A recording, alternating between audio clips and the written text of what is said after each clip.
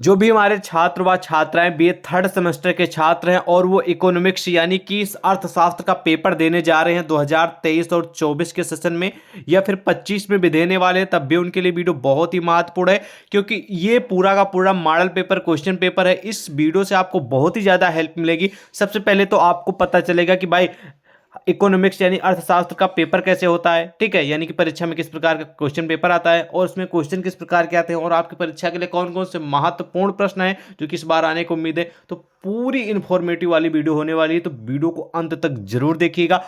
हर video की तरह मैं आपको फिर से बोल रहा हूं कि ये वो वीडियो है जो कि आपके एग्जाम में पूरी तरह हेल्पफुल साबित होने वाली है। तो बिना बकवास किए हुए, बिना देरी के वीडियो में आगे बढ़ते हैं और आपको पूरी जानकारी देते हैं, ठीक है। चलिए देखिए, ये अभी जो पेपर है ये बीए जो सेकेंड ईयर के बीए थर्ड सेमेस्टर के छात्र हैं उनका ये भी पिछले साल का है पेपर 2023, अभी भी चल रहा है, ठीक है, लास्ट है लेकिन अभी चल रहा है। तो आप लोग समझ लीजिए कि अभी रिसेंट का पेपर है, ठीक है, और सब्जेक्ट आपका इकोनॉमिक्स है और जो प्रश्न पत्र का नाम है वो हिस्ट्री ऑफ इकोनॉमिक्स थॉट है। अब आप पूछेंगे सर ये कौन सी यूनिवर्सिटी का मॉडल पेपर क्वेश्चन पेपर आप प्रोवाइड कर रहे हैं, तो आपकी जानकारी के लिए बता दें ये भारत के सभी यूनिवर्सिटी के छात्रों के लिए महत्वपूर्ण है, जहां पर परीक्षाएं इकोनॉमिक्स यानी अर्थशास्त्र की होने वाली हैं और उनका प्रश्न पत्र ये है हिस्ट्री ऑफ इकोनॉमिक्स थॉट, ठीक है। ये मैच कर लीजिएगा, ये इसकी परीक्षा आपकी होनी है, ये प्रश्न पत्र यानी पेपर का नाम होता है, ठीक है, हिस्ट्री ऑफ इकोनॉमिक्स ये है, तो आप सभी के लिए महत्वपूर्ण है, ठीक है।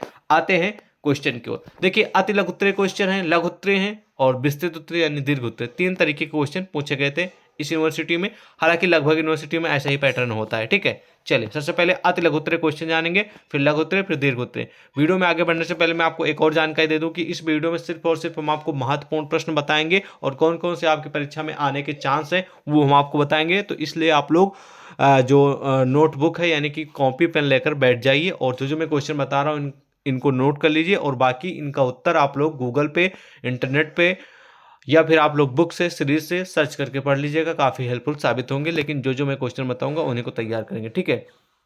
तो पहले तो अति लघु उत्तरीय का पहला क्वेश्चन है कि जेके मेहता के बारे में आपको बताना है कि जेके मेहता कौन है। ये क्वेश्चन हालांकि इग्नोर कर सकते हैं, इस बार आने वाला नहीं, ठीक है।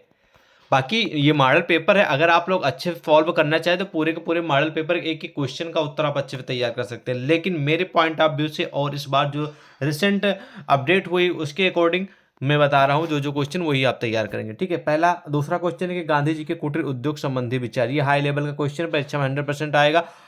कुटीर उद्योग से जुड़ा करीब करीब आपकी परीक्षा में 5 से 10 नंबर के क्वेश्चन आएंगे और यहाँ पर एक पॉइंट है गांधी जी के कुटीर उद्योग के संबंधी विचार बताना है। तो गांधी जी के जो कुटीर उद्योग यानी कि जो घरेलू यानी कि गांव के जो छोटे छोटे उद्योग होते हैं उनके संबंध में क्या विचार थे गांधी जी के, वो आपको लिखना है। बहुत ही हाई लेवल का प्रश्न ये है, ठीक, क्लियर, 100% उम्मीद है आने की, क्लियर, 100% लिख दिया मैंने।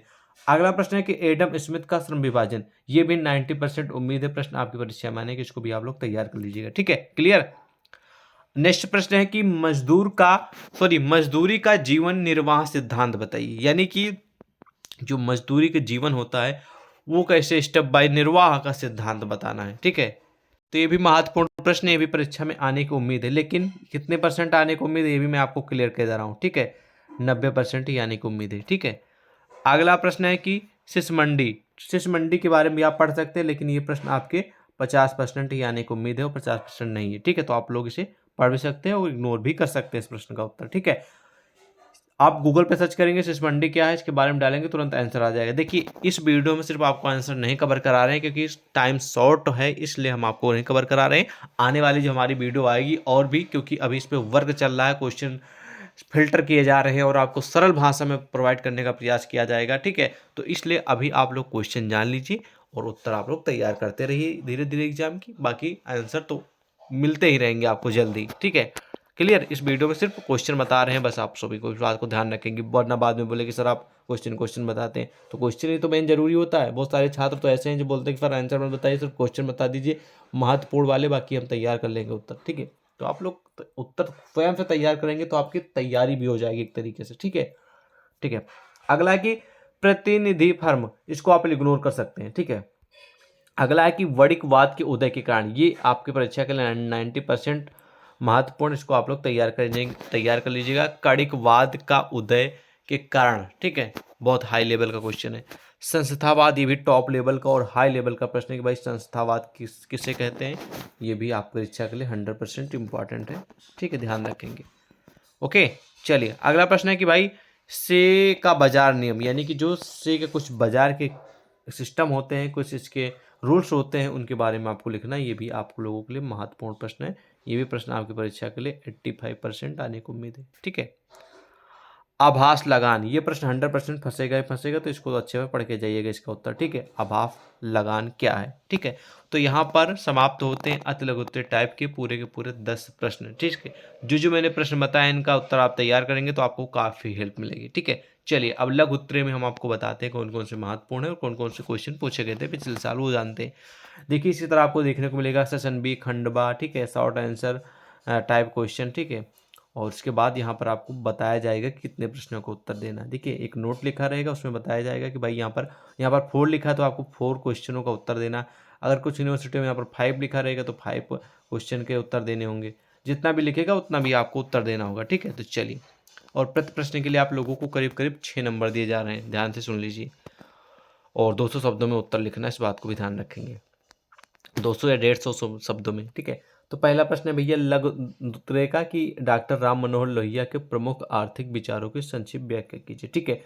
तो ये मैं आपको बता दूं, जो कि डॉक्टर राम मनोहर लोहिया अवध यूनिवर्सिटी के छात्र हैं, सिर्फ और सिर्फ वही इस क्वेश्चन को तैयार करेंगे, बाकी यूनिवर्सिटी के छात्र नहीं करेंगे। ठीक है। क्लियर। अगला प्रश्न है कि गांधी जी के अर्थशास्त्र के पीछे कौन कौन सी बुनियादी विचारधाराएं हैं। ये 100% परीक्षा में आएगा कि गांधी जी जो हैं, ठीक है, गांधी जी थे, इनका अर्थ यानी कि अर्थशास्त्र यानी कि जो इकोनॉमिक्स है, इसके पीछे इनकी क्या सिस्टम था, क्या बुनियादी यानी कि बिहाइंड जो इनका मतलब था, आइडिया थे, उसके बारे में आपको लिखना है। ठीक है। बहुत ही महत्वपूर्ण प्रश्न है, परीक्षा में आने की पूरी चांस है। ठीक है। मल्थस के अति उत्पादन सिद्धांत से आप क्या समझते हैं, ये भी 100% उम्मीद है प्रश्न में, मतलब कि प्रश्न आपकी परीक्षा में आने की। ठीक है। तो इसको भी आप तो तैयार कर लीजिएगा। और आपकी जानकारी के लिए भी हम आपको बता दें कि देखिए जो क्वेश्चन यहाँ पर आपको मैं बता रहा हूँ कि 100% आएंगे, देखिए क्वेश्चन आपको इसी तरह देखने को नहीं मिलेंगे। हो सकता है क्वेश्चन थोड़ा घुमा फिरा के पूछ लिए जाए। ठीक है। लेकिन क्वेश्चन का मतलब तो एक ही है। ठीक है। तो इस बात को ध्यान रखेंगे, घुमा फिरा के क्वेश्चन पूछा जाएगा तो आप लोग समझ लीजिएगा। ओके। क्लियर। चलिए नेक्स्ट क्वेश्चन है कि अर्थशास्त्र आर्थिक कल्याण का अध्ययन विवेचन कीजिए। ये भी आपकी परीक्षा के लिए महत्वपूर्ण प्रश्न है, क्योंकि जो अर्थशास्त्र है वो आर्थिक कल्याण यानी कि जो फाइनेंशियल होती है उसका कल्याण है, यानी कि उसकी हेल्प करता है, उसका अध्ययन करता है। ठीक है। जो आर्थिक कल्याण है उसका ठीक है, कि भाई आप लोग क्या करते हैं कि आप लोग यही करते हैं कि भाई कुछ पैसे दे दीजिए उसको, भाई गरीब है, उसका क्या होगा, फाइनेंशियल हेल्प मिल जाएगी, यानी कि आर्थिक रूप से उसका कल्याण हो जाएगा। ठीक है। तो वही आर्थिक कल्याण के अध्ययन के बारे में आपको पढ़ना पड़ेगा, और ये प्रश्न आया तो इसी प्रकार आपको लिखना पड़ेगा। ठीक है। अगला भी प्रश्न आपकी परीक्षा के लिए वाणिज्यवाद की प्रमुख नीति एवं सिद्धांत, ये भी आपकी परीक्षा के लिए महत्वपूर्ण प्रश्न है, 90% आने की उम्मीद है, इसको भी आप तैयार कर लीजिएगा। ठीक है।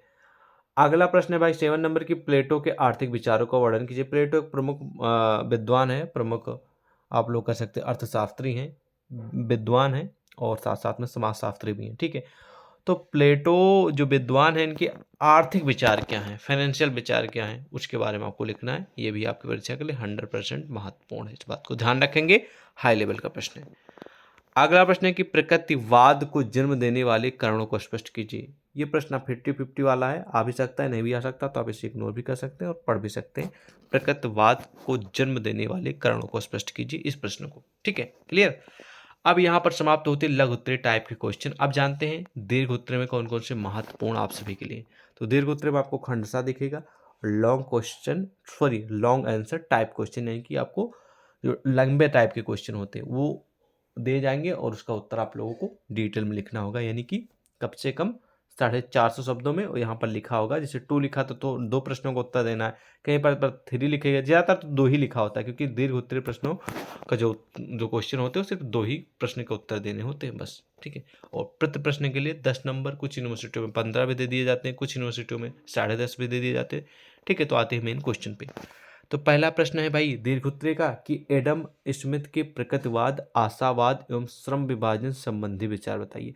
यानी कि जो एडम स्मिथ है ये प्रमुख विद्वान है। ठीक है। तो इनके अनुसार, ठीक है, प्रकृतिवाद क्या है, आशावाद क्या है, एवं श्रम विभाजन क्या है। ठीक है। इसके बारे में एडम स्मिथ ने क्या विचार दिए हैं, इन्होंने अपने पॉइंट ऑफ व्यू से आशावाद को, श्रम विभाजन को, प्रकृतिवाद को क्या बताया है, इनके पॉइंट, इन्होंने क्या विचार दिया है, क्या जानकारी दी है, इन सभी के बारे में वो आपको लिखना है। बहुत सिंपल सा क्वेश्चन है, हाई लेवल का है, तैयार कर लीजिएगा।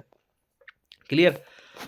अगला प्रश्न है कि भैया चाणक्य के अर्थशास्त्र के प्रमुख सिद्धांतों की आलोचनात्मक व्याख्या कीजिए। ये प्रश्न 70% उम्मीद है आने की, बाकी आ भी सकता है और नहीं भी आ सकता है, तो आप इसे पढ़ भी सकते हैं, इग्नोर भी कर सकते हैं। अगला क्वेश्चन हाई लेवल का है, जो कि कार्ल्स मार्क्स, ये प्रमुख विद्वान है, ठीक है। तो जो कार्ल्स मार्क्स हैं, इनके आर्थिक यानी कि जो इकोनॉमिक्स आइडियाज हैं, आर्थिक विचार क्या हैं, उनके बारे में लिखना है।